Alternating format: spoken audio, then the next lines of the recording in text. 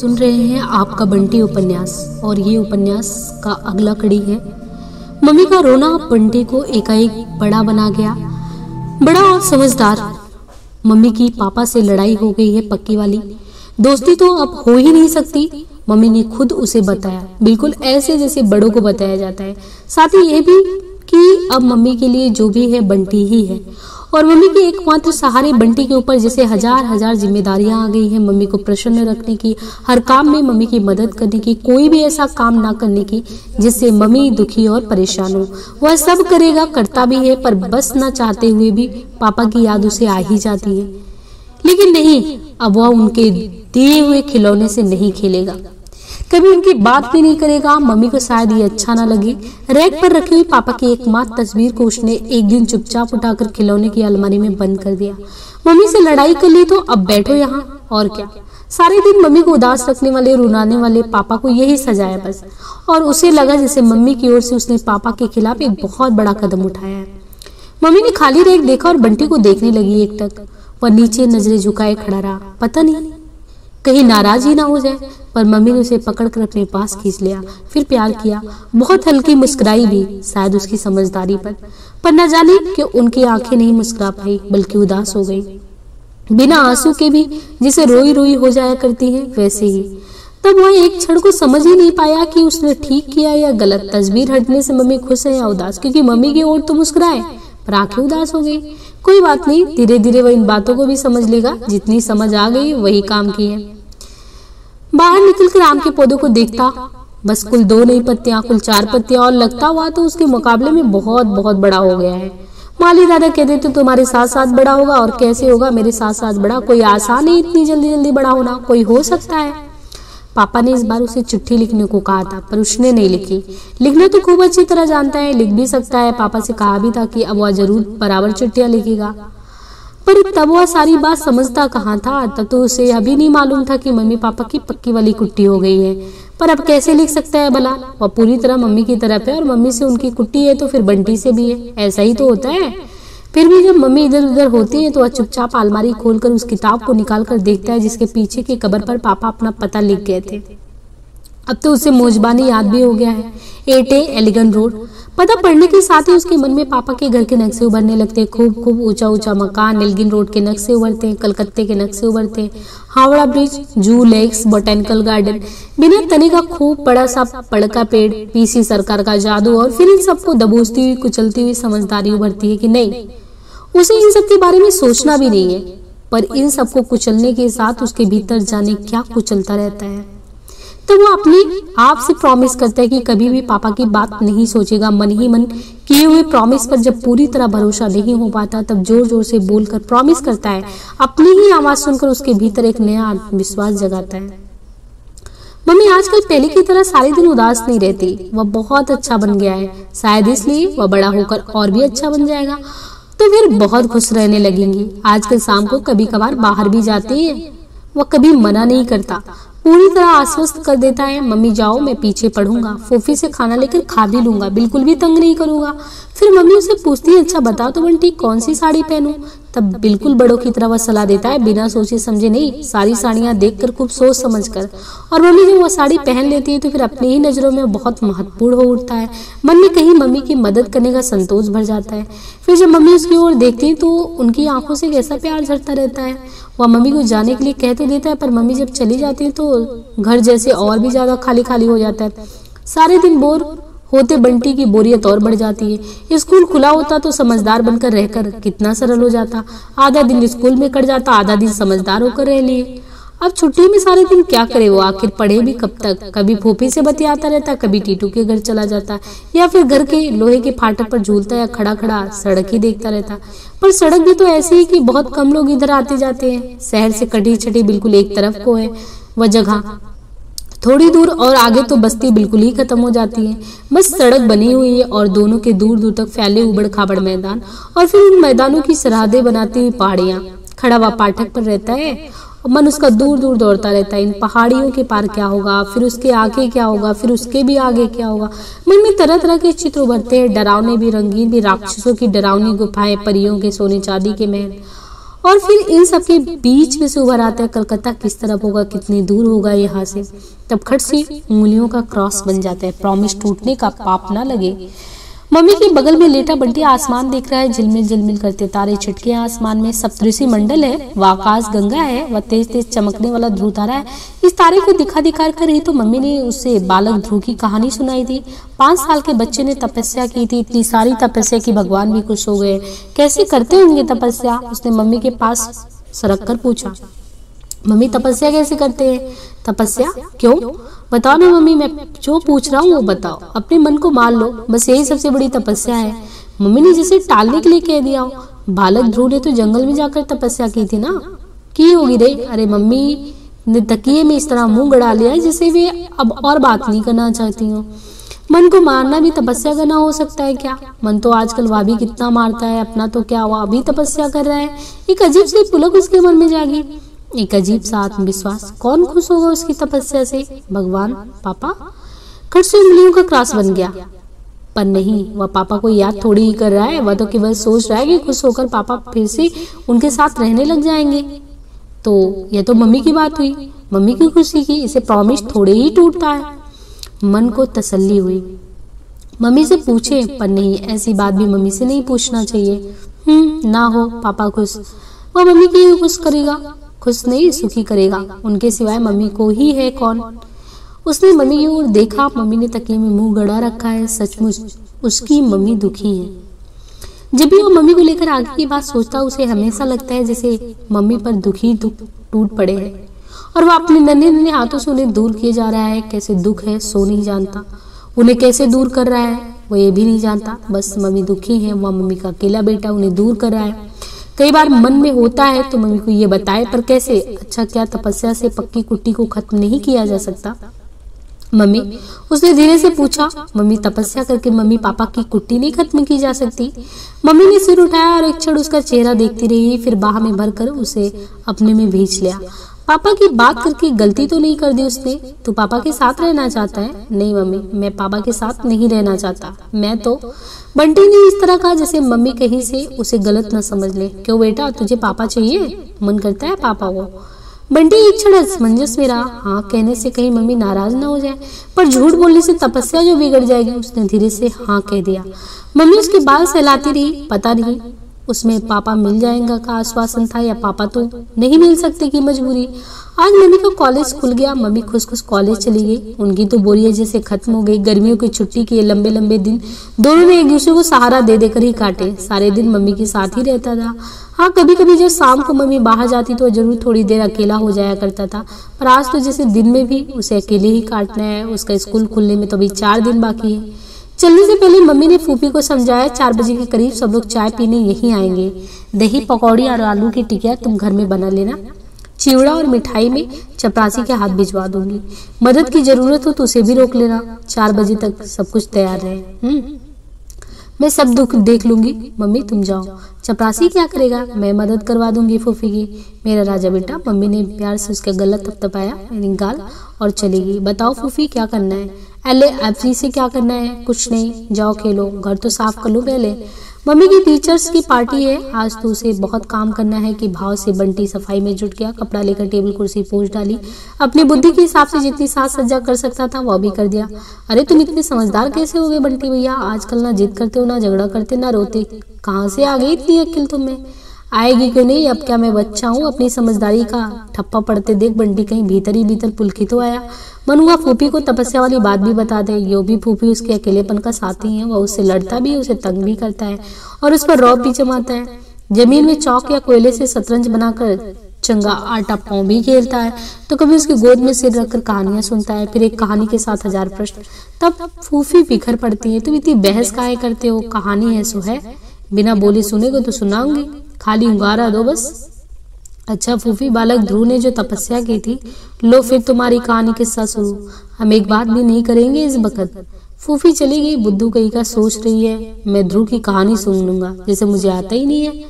बंटी अपनी छोटी छोटी हथेली में उबले हुए आलू की गोल गोल टिकिया बनाता जा रहा है, जैसे फूफी ने बताई ठीक वैसे ही, और कहानी चल रही है वही सोनल रानी वाली। रानी हंसे तो फूल झरे और रोए तो मोती झरे। राजा रानी के पीछे प्राण दे। रानी अपने हाथ से दोने सोने के बरक में लपेटकर राजा को 56 मसालों वाले सुगंध से भरपूर पान खिलाती और मन मन मुस्कुराती। मुस्कान ऐसी कि राजा पागल। राजा की 20 रानियां और थी, 20 रानियों के 100 बच्चे। सोनल बच्चों के पीछे प्राण देती। मतलब वही कहानियां जो उसने एक तरीके से सुनी थी। और जब अमावस्या के दिन अंधेरी रात चुप हो जाती तो अपने असली रूप में आती, काली भूत अंधेरे में ऐसे घुल मिल जाती कि पता ही नहीं लगता। यानी ये बंटी ये सब कहानियां सुना था, लेकिन फिर ये होता कि जादू के बस में किया, एक बच्चा हड़प लिया। फिर ऐसे में तो बंटी की सांस जहां तहां रुक जाती है। सवेरे मरे बच्चों की हड्डियों से चिपट चिपट कर ऐसा रोती कि चेत ही नहीं रहता। ये कहानियां चल रही है उसके घर पे। नौकर चौकर जो भी नौकर चाकर इन दौड़ पड़ते, कोई गुलाब जल छिड़कता, कोई केवड़ा जल। राजा खुद फूलों के पंखे से हौले हौले बयार करते। बेटे का गम भूल रानी की चिंता में परेशान हो जाते। रानी होश में आती तो चीखती, मेरे बच्चों को लाओ, मैं प्राण दे दूंगी। इतना बड़ा राज, इतना बड़ा राजा, फिर भी कोई पता नहीं। वो अपने बच्चों को भी खा जाती थी फूफी। उस डायन के आतंक से पूरी तरह आतंकित बंटी बड़ी बड़ी आंखें करके पूछता है, और क्या डायन बनने के बाद क्या उसे होश रहता है कि क्या बच्चा? बस भूख लगी खाओ, भूख लगे तो बच्चे को ही खा जाओ। उस पर बच्चे के प्रति मन में कैसे कैसे भीग आता है बंटी को। भूख में आदमी तक को होश नहीं रहता, बस खाने को चाहिए, जो भी हो जैसा भी हो। फिर वह तो डायन थी, अपनी भूख की चिंता करती है बच्चों की तो और किसी को खा लेती, नौकर चाकरों या जानवरों को खा लेती। काहे खा लेती? बच्चों के कोमल मांस जैसा और कहाँ मिलता है।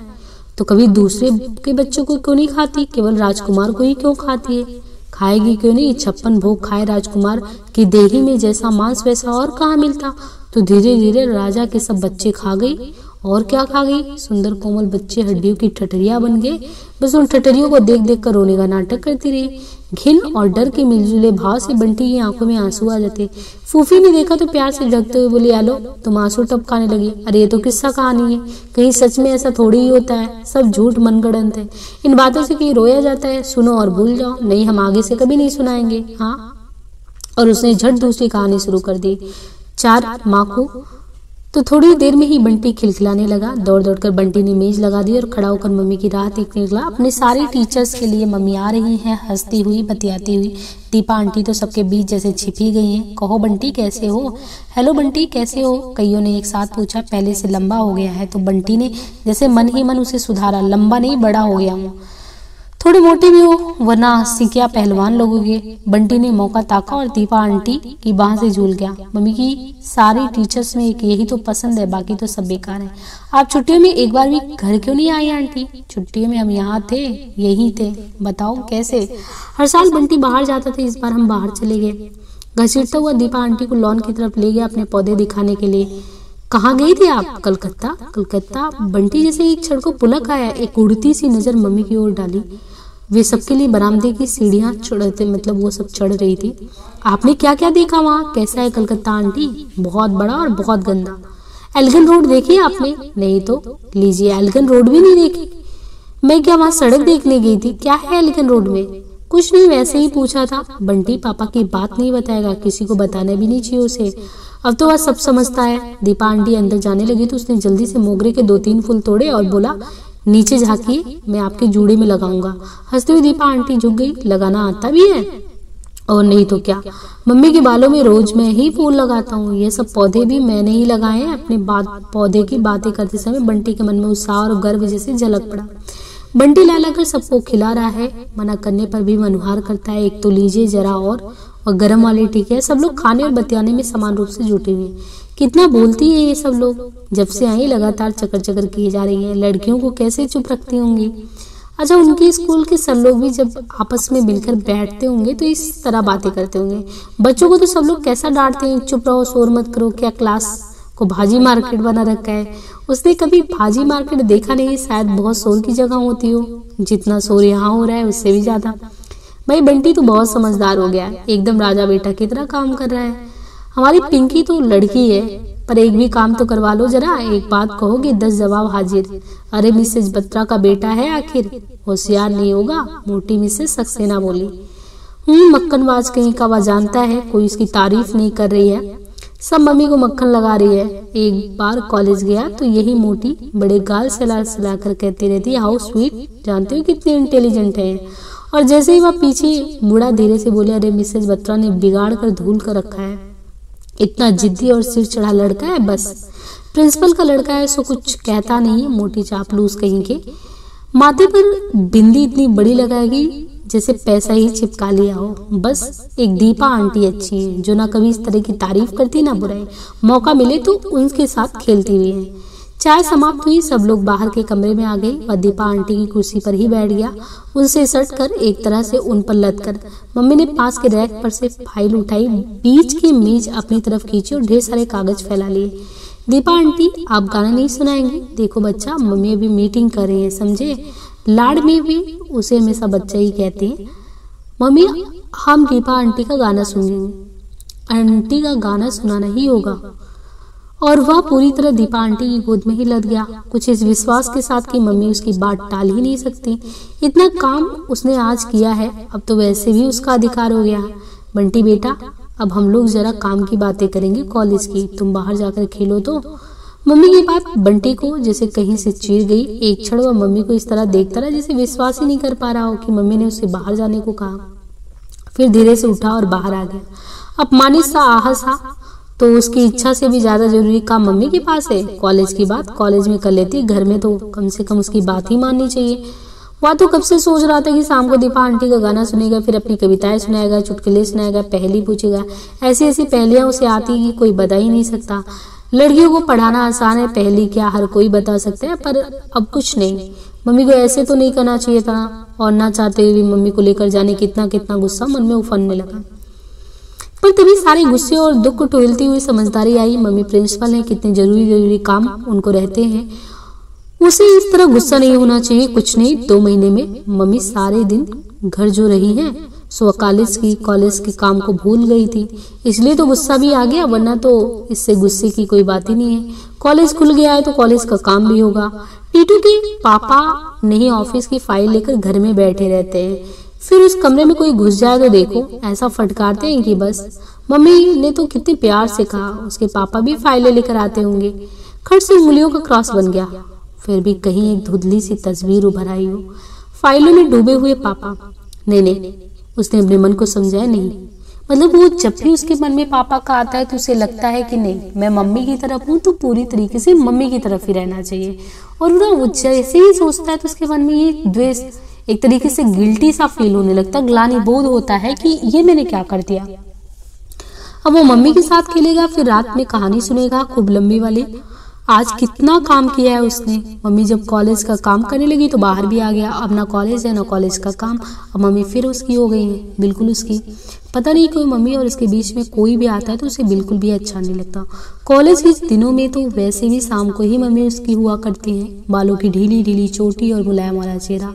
मम्मी मुंह पोंछती हुई कमरे में आई। लो, बातों ही बात पे टाइम का कुछ अंदाजा ही नहीं रहा। 7 बजे पहुंचना था और 6:45 तो यही बज गए। तुम कहीं जाइए? उसने पूछा कि तुम कहीं जा रही हो मम्मी? अपने को रोकते रोकते भी बंटी रुआसा हुआ है। बेटे, एक बहुत जरूरी काम से जाना है, बहुत ही जरूरी। मम्मी के सधे हुए हाथ खटाखट जूड़े में पीने खोजते जा रहे हैं। वाह, मैं अभी भी अकेला रहूं? आज तो सारे दिन बिल्कुल अकेला रहा हूं मम्मी। गुस्से से भरा बंटी का सर भर आ गया। एक क्षण को मम्मी का हाथ जहां का तहां रुक गया।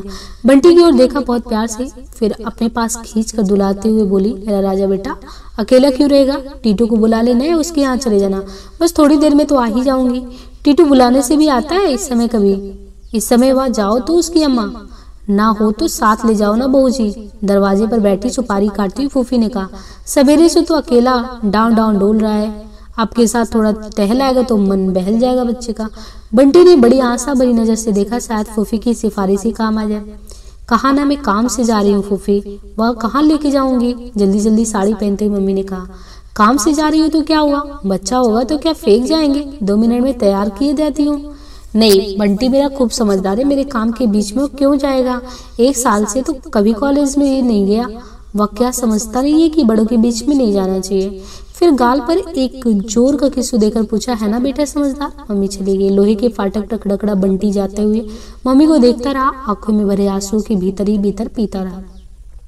और तब पहली बार बंटी ने महसूस किया कि समझदार बनना कितना मुश्किल है। मम्मी की नजरों में समझदार होकर रहने का मतलब है कुछ भी मत कहो, कुछ भी मत करो।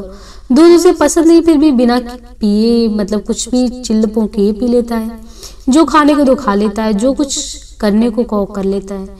पर मम्मी भी तो बड़ी समझदार है, उन्हें भी तो सब करना चाहिए तो जो बंटी चाहता है, नहीं क्या? अनमने से बंटी भीतर आया। बरामदे में फूफी जमीन पर पसरी पड़ी है। ऐसे क्यों लेटी हो फूफी, क्या हो गया? अरे हम थक गए भैया, जरा कमर सीधी कर ले तो बर्तन धोकर चौका साफ करें। बंटी को लगा जैसे मम्मी फूफी को थका कर खुद चली गई। फूफी की थकान उसे कहीं अपने बहुत करीब लगी। मैं पैर से कमर दबा दूं, अभी ठीक हो जाएगा।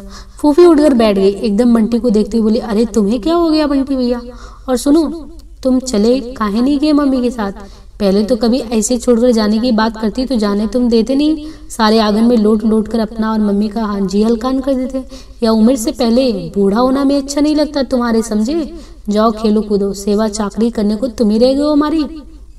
तो एकाएक बड़ी जोर से मन हुआ बंटी का, सारे आंगन में लोट कर रोए, खूब रोए, बिल्कुल पहले की तरह। और जब तक मम्मी ना आ जाए रोता ही रहे। मम्मी चुप करा कर थक जाए तब भी चुप ना हो। रात में जब मम्मी डॉक्टर जोशी की कार से उतरी तो बंटी लोहे के फाटक पर खड़ा मन ही मन कहीं रो ही रहा था। कैसे हो बंटी? कार में बैठे बैठे ही डॉक्टर साहब ने पूछा। मैं बिल्कुल ठीक हूँ, मुझे तो कुछ भी नहीं हुआ।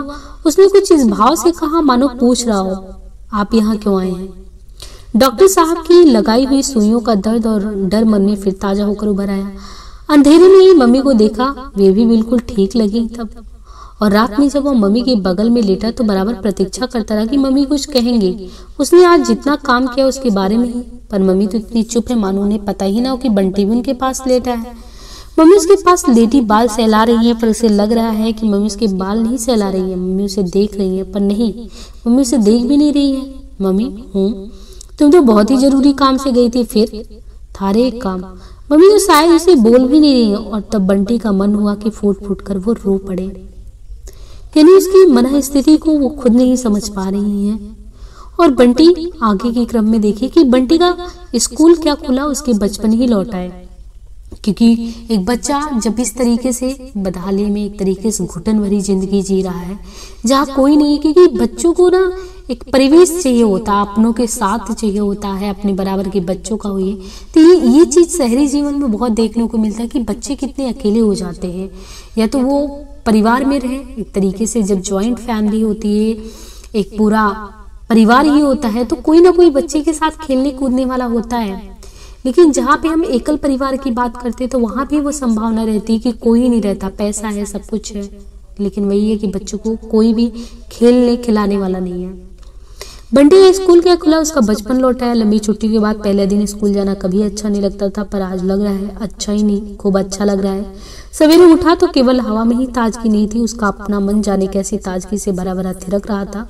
तो उसने ये कहा कि मम्मी मेरे मोजे कहाँ हैं? लो, दूध लाकर रख दिया उसने। पहले कपड़े ही तो पहन लूं, देर नहीं हो जाएगी। बैग तो ले जाना ही है, किताबें जो मिलेंगी। कि शोर से तीनों कमरे गूंज रहे हैं। बहुत दिनों से जो बच्चा घर से गायब था, जैसे आज अचानक लौट आया हो। जल्दी तैयार होकर उसने बस्ता उठाया। बस्ता भी क्या, एक कॉपी पेंसिल डाल ली। कौन आज पढ़ाई होनी है बस के लिए। सड़क पार करके वह कॉलेज के फाटक पर खड़ा हो गया।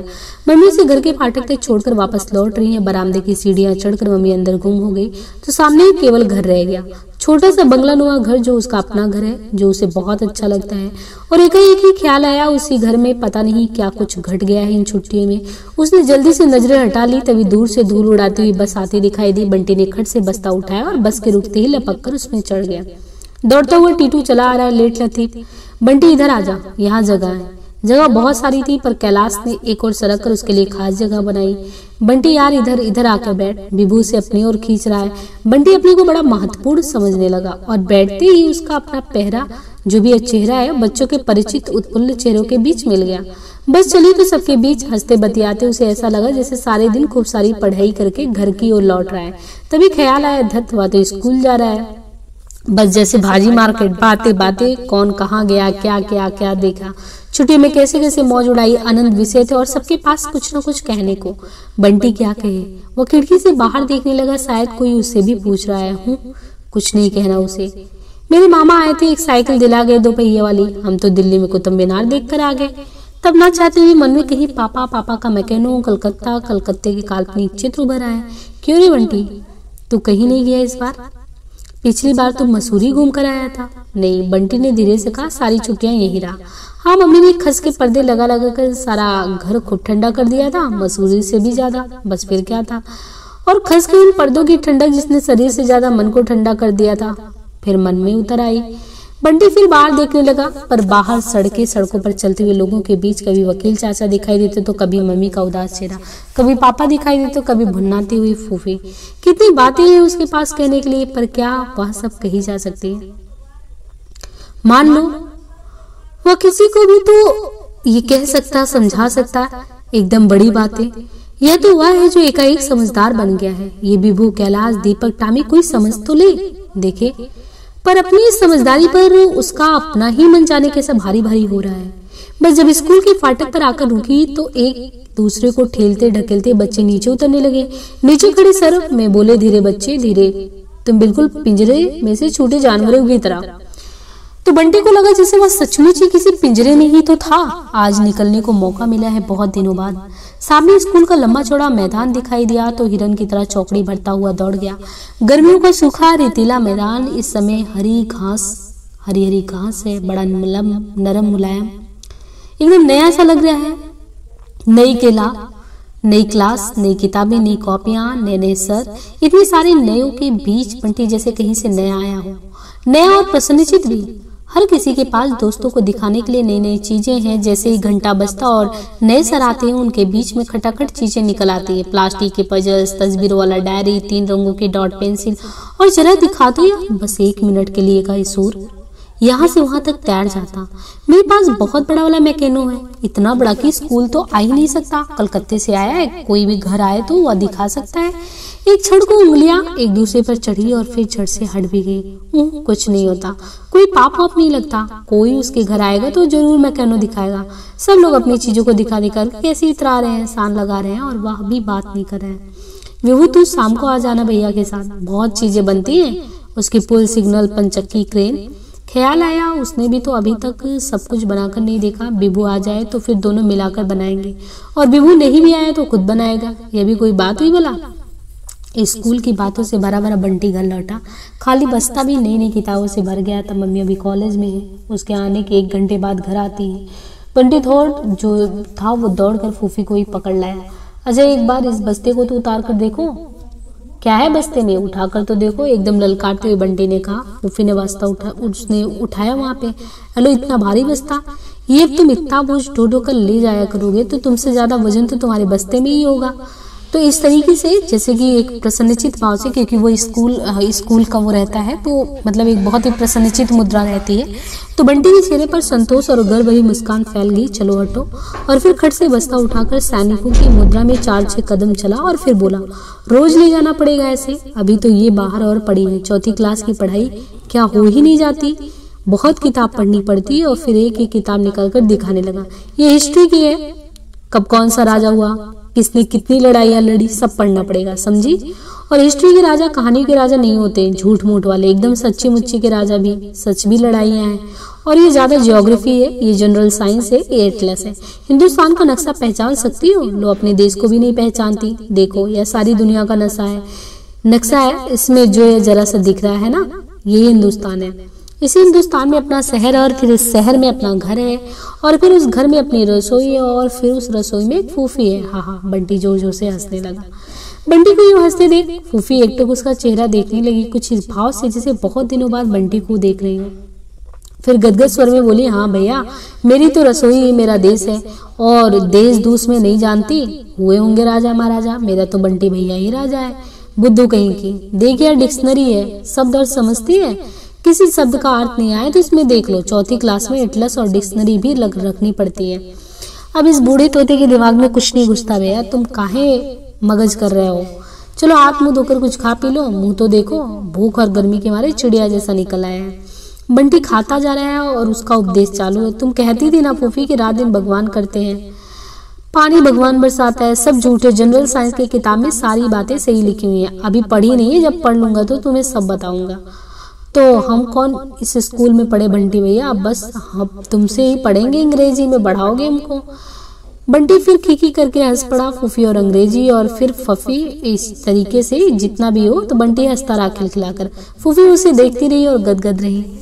जब मम्मी आई तो बंटी ने भी सारी बातें दोहराई, उतने ही उत्साह और जोश के साथ। स्कूल में क्या क्या हुआ, नए सर कैसे कैसे हैं, जो सर क्लास टीचर बने हैं वह नमी है, उनकी मोछें अकड़ कर कड़ी रहती हैं, उनमें कलफ लगा है। मैंने उनकी शक्ल बनाई और लंच में दिखाई तो सबको हंस पड़े।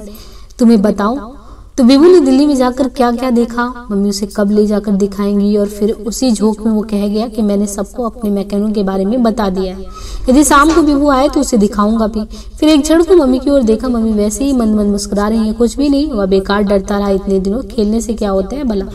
मम्मी आप अपना काम सुन लो, आवाज में आदेश भरा हुआ है। आज ही सारी किताबों और कापियों पर कवर चढ़ जाना चाहिए, ब्राउन वाला, नहीं तो कल सजा मिलेगी। हाँ, तुम सब काम छोड़कर पहले मेरे कवर चढ़ा देना, फिर सफेद लेबल काट कर चिपकाने होंगे और उन पर नाम क्लास लिखना होगा। खूब सुंदर वाली राइटिंग में जमा कर लिखना, समझी। और फिर उसे उत्साह और जोश से बराबर टीटू के यहाँ दौड़ गया। आज जाने कितनी बातें उसके पास करने के लिए। टीटू को कौन कौन से सर पढ़ाएंगे, उसे कौन कौन सी किताबें मिली हैं। बंटी टीटू के यहाँ से लौटा तो अंधेरा हो चुका था। हाथ में पेड़ की एक टूटी हुई टहनी जिसमें वह हवा में तलवार चला रहा है। वो भी आंगन में लेटे लेटे पंखा चल रही है। या बरसात की गर्मी तो मार के ही रख देगी आदमी को। हवा का नाम नहीं है, कहीं एक बार जोर से बरसे तो। बरसों राम धड़ाके से फूफी मर गई फाके से। हाँ, अब तुम हमें ही मारोगे।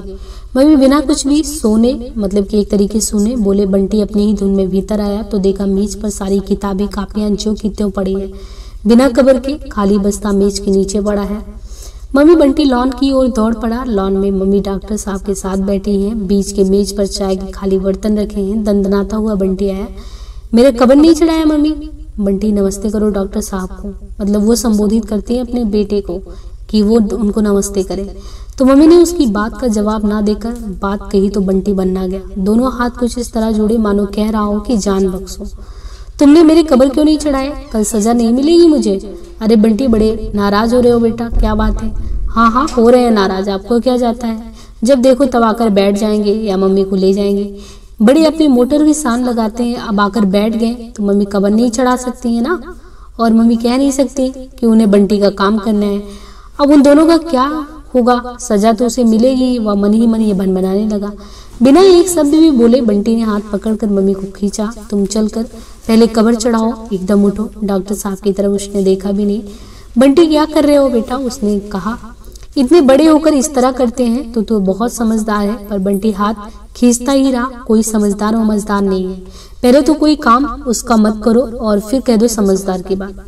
चलो ना, इतनी देर तो हो गई है, फिर कब चढ़ाओगी। तो बंटी रोने रोने को ही हो आया है। मैंने कहा ना मैं चढ़ा दूंगी। उसकी मम्मी जैसे झुझला कर बोली। उन्होंने अपना हाथ खींच लिया। एकाएक डॉक्टर साहब उठ खड़े हुए। चलो तुम बंटी का काम करो, मैं तो वैसे भी चलने ही वाला था। 8:30 बजे हैं और एक जगह पहुंचना भी है। सब लोग मतलब कि आपस में ये कह रहे हैं कि हाँ वहां पे जाना है क्योंकि उसका कॉलेज भी है, तो उसे कॉलेज भी जाना है। तो मम्मी ने 1-2 बार ठहरने का आग्रह किया, फिर वे चल पड़े। मम्मी उन्हें छोड़ने के लिए मोटर तक गई। बंटी जानता है कि वे आज उसे डांटेंगी क्योंकि एक तो उसको कवर चढ़वाना था, क्योंकि उसका स्कूल खुल गया था, उसे कंप्लीट भी कराना था, लेकिन वो काम नहीं की क्योंकि वो स्कूल की प्रिंसिपल है, उन्हें अपना काम करना है। इस तरीके से वो कभी साथ लेकर नहीं जाती। इस समय तो वो बिल्कुल ही नहीं जाती, उसको साथ में लेकर कहीं भी नहीं जाती है। और इस तरीके से क्योंकि एक मनहा स्थिति जो होती है बच्चे की, तो वो उस तरीके से एक बालपन का अवस्था है, तो उसको एक झुंझलाहट सी होती है कि जब वो जो भी कहता है तो उसके कहने और सुनने से उसका मतलब ये होता है कि जो भी काम कह रहा है तो सामने वाला कर नहीं रहा है। तो ये एक मनहा स्थिति ऐसी बन जाती है कि फिर उसका तुरंत ही जब कोई भी दे तो जवाब प्रत्युत्तर देता है। तो बिल्कुल उसके साथ भी वही स्थिति हुई। बंटी ने रोना धोना शुरू कर दिया जोर जोर से। इतनी देर तो हो ही गई है, अब कब चढ़ेंगे कबर। दोषी मम्मी को ही बना कर रखना है, चल कबर चढ़ाती हूँ। इसके अलावा मम्मी ने एक शब्द भी नहीं कहा क्योंकि वो सामने से तो बोली हाँ कर देंगे, लेकिन खुद एक तरीके से उनके अंदर ये था कि घुटन भी था और डांट भी लगाती उसको। तो ये चल, वो कहती है कि चल कबर चढ़ाती हूँ, इनके अलावा एक शब्द भी नहीं कहा। तो बंटी को खुद एक अजीब तरह की बेचैनी होने लगी। डांट खाने वाले काम पर भी मम्मी को यूं चुप रह जाना उसे डांट से भी ज्यादा कष्टकारी लगा। डांट देती तो उनको उसके डांट से उसे इतनी बदतमीजी नहीं महसूस होती, लेकिन इस तरीके से उसे सारा दोष जो है वो महसूस होता है। कुछ गलत कर डालने के बोझ से दबा दबा सहमा सा वह भीतर आया। मम्मी ने सारी कापियां किताबें नीचे उतारी और बोली, ला ब्राउन पेपर कहाँ है। मेरे पास कहाँ है ब्राउन पेपर, तब कैसे चढ़ाऊंगी कबर। और मम्मी हाथ पर हाथ धर कर बैठ गई। मैं क्या जानूं, तुम्हें मंगवा कर नहीं रखना चाहिए था, मैंने तो आते ही कह दिया था बस। बंटी को जैसे अपने व्यवहार के लिए फिर एक सहारा मिल गया और मन में फिर ढेर सारा गुस्सा उसके अंदर उफानने लगा। तो वो चुपचाप रही। तुम्हें मेरी बिल्कुल परवाह नहीं रह गई है, मत करो मेरा कोई भी काम, बस डॉक्टर साहब के पास बैठकर चाय पियो। तुम्हारा क्या है, सजा तो तुझे मिलेगी। मैं अब स्कूल ही नहीं जाऊंगा, कभी नहीं जाऊंगा, कभी भी। और बंटी फूट फूट कर इस पर रोने लगा। मम्मी ने पकड़कर उसे अपनी ओर खींचा। पागल हो गए हो, एक दिन कबर नहीं चढ़ेगा तो क्या हो गया, कोई सजा नहीं मिलेगी। मैं चिट्ठी लिख दूंगी सर के नाम। चुप हो जाओ।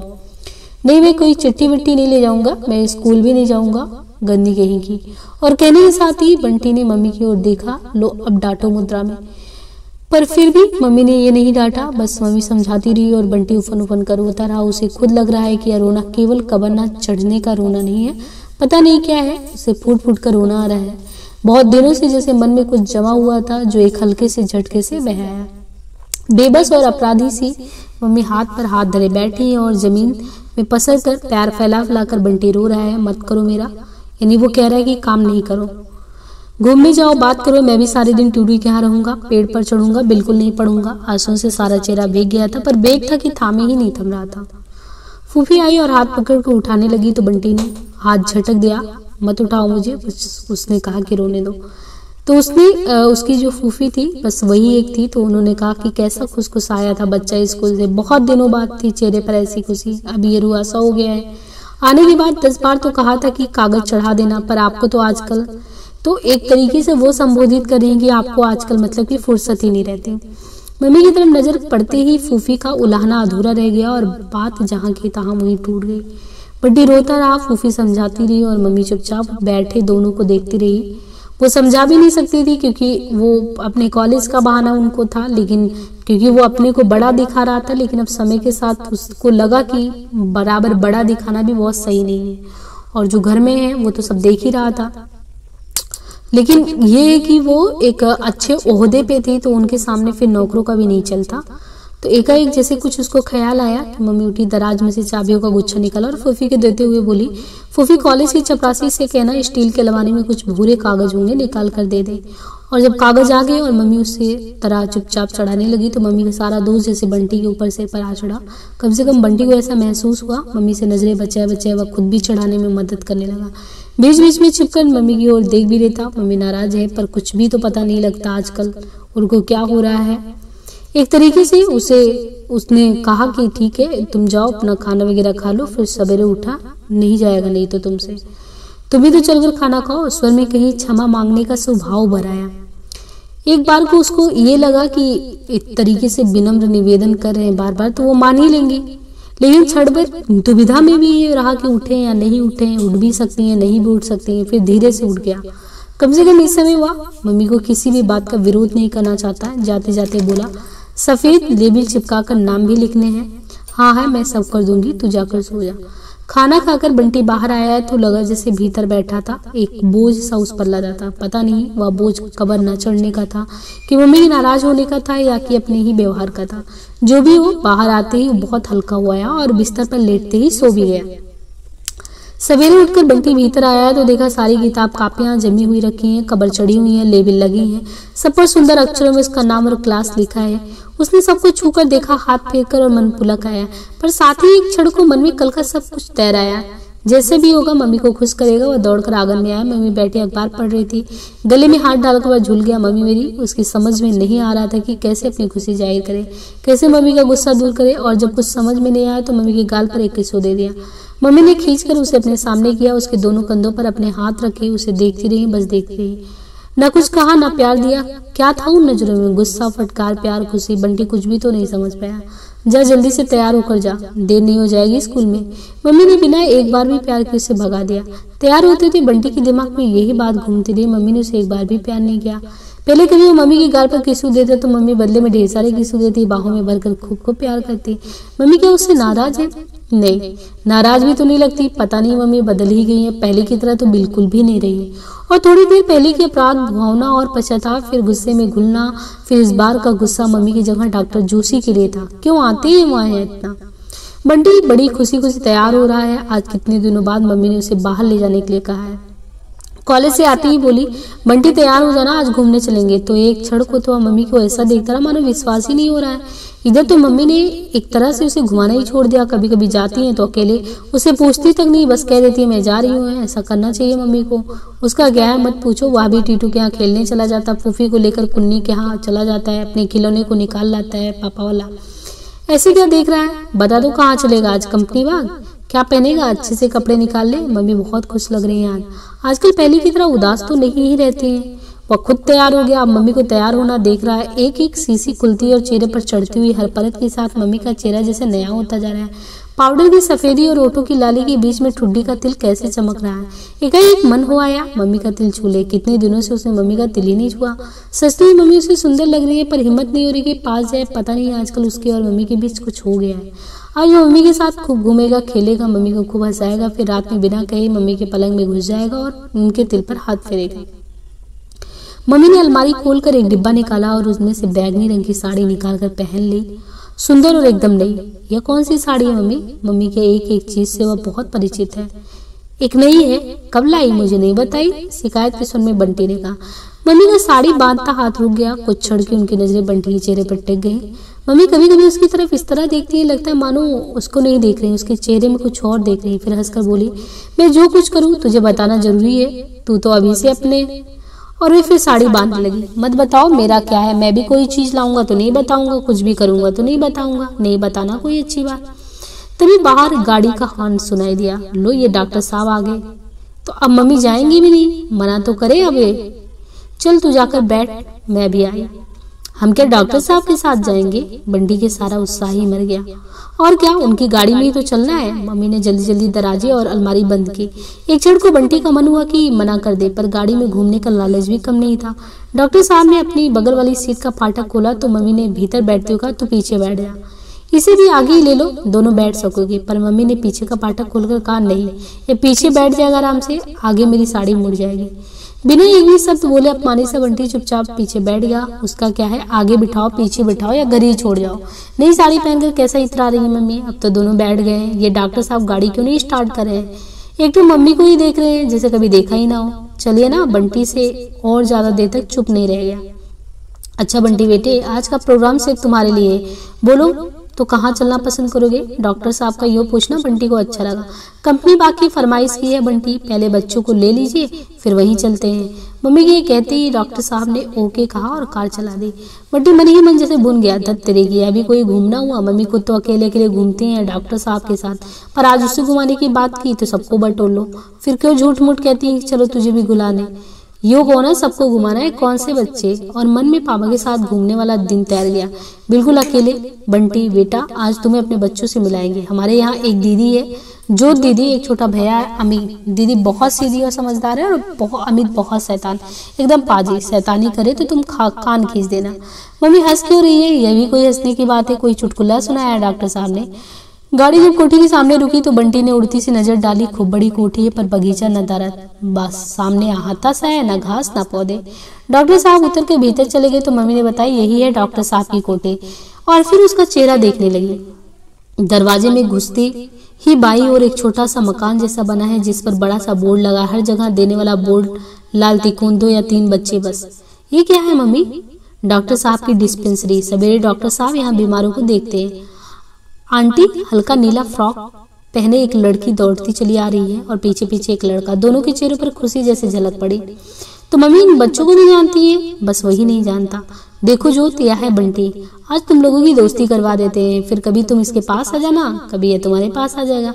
जो तुझे देख रही है पर वह जैसे अपने में ही सिमटता जा रहा है। मैं खिड़की के पास बैठूंगा। अम्मी ने आते ही घोषणा कर दी और पीछे का फाटक खोलकर वह बड़े अधिकार भाव से भीतर बैठ गई। बंटी को लगा अपनी चीज होने पर ऐसा अधिकार भाव आ सकता है। वह चुपचाप एक ओर सरक गया, दूसरा फाटक से जोत घुसी तो अब बीच में सरक गया।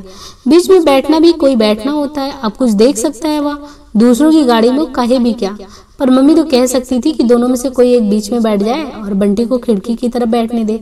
वे तो बंटी को घुमाने लाई थी। झूठ, उसे नहीं करनी दोस्ती किसी से, आगे से वह कभी आएगा भी नहीं इनके साथ। डॉक्टर साहब मम्मी आगे की खिड़कियों पर बैठे और जोत और अम्मी पीछे की खिड़की पर, बस वही फालतू सा बीच में बैठा है। वो घास पर मम्मी और डॉक्टर साहब अपने अपने रुमाल बिछाकर बैठ गए। जाओ खेलो, अब तुम लोग रेस लगाओ या कुछ और। अम्मी तो बिना किसी की राह देखे ही दौड़ भी गया। ज्योत इधर उधर देख रही है, वह नहीं खेलेगा, बस यही बैठा रहेगा। ये मम्मी इतना सटकर क्यों बैठी है डॉक्टर साहब से, ऐसे तो कभी किसी के साथ नहीं बैठती। बंटी को बहुत अजीब लग रहा है, अजीब बहुत खराब भी लग रहा है। वह दोनों के बीच घुसता हुआ बोला, मैं नहीं खेलूंगा मम्मी, मन नहीं हो रहा है। लो, यहाँ खेलने आए हो कि बैठने, पागल कहीं का। चल दौड़ लगा जोत, इसे ले जाओ अपने साथ। मम्मी ने एक तरह से उसे ठेल दिया। जोत उसका हाथ पकड़कर खींचने लगी तो मजबूरन उसे उठना पड़ा। पर बंटी ने खेलने की उसकी इच्छा थी, न दौड़ा उसने, बस मम्मी की इर्द गिर्द वो चक्कर काटता रहा। जरा सी दूर जाता भी तो मुड़ मुड़ कर मम्मी को देखता रहता। मम्मी को इस तरह देखकर अजीब सी बेचैनी हो रही थी उसे। थोड़ी देर में वह फिर मम्मी के पास आकर बैठ ही गया। It seems he husband you too much, doctor ने कहा तो मम्मी हंसने लगी। हाँ, हस्बैंड की बात कर रहा है और मम्मी हंस रही है। पहले पापा की बात करने से कैसे उदास हो जाया करती थी, और ऐसे सबसे करनी चाहिए पापा की बात, ऐसे हंसना चाहिए। वह तो अपने दोस्तों के सामने कभी भी नहीं करता। जाने क्यों बंटी का मन गुस्से में सुलगने लगा। उसके बाद आइसक्रीम खाई, चाट खाई। मम्मी और डॉक्टर साहब हंस कर बात करते रहे। अम्मी शोर मचाता रहा, अधिकारपूर्ण स्वर में फरमाइशें करता रहा, पापा ये लेंगे वो लेंगे। जोत कभी मम्मी से बात करती तो कभी डॉक्टर साहब से। बस केवल बंटी था जो चुप था, सबसे अलग और सबसे अकेला। एक मम्मी तो ही थी उसके पास, पर वो भी उन्हीं लोगों में जाकर मिल गई। तो देखिए, एक तरीके से ये है कहानी, है ना, बंटी की कहानी। ये बंटी का दुख है, वो वही समझ सकता है कि वो किस मन स्थिति से गुजर रहा है। वो इतने बदलाव को एक्सेप्ट नहीं कर पा रहा है। आगे अभी उपन्यास चलता रहेगा। अपना विश्वास एक तरीके से बनाए रखिए कि हिंदी और प्राइड के साथ आपका हिंदी का जर्नी अच्छा रहेगा, और अपना प्रोत्साहन भी देते रहिए। आगे के नेक्स्ट पार्ट में देखेंगे।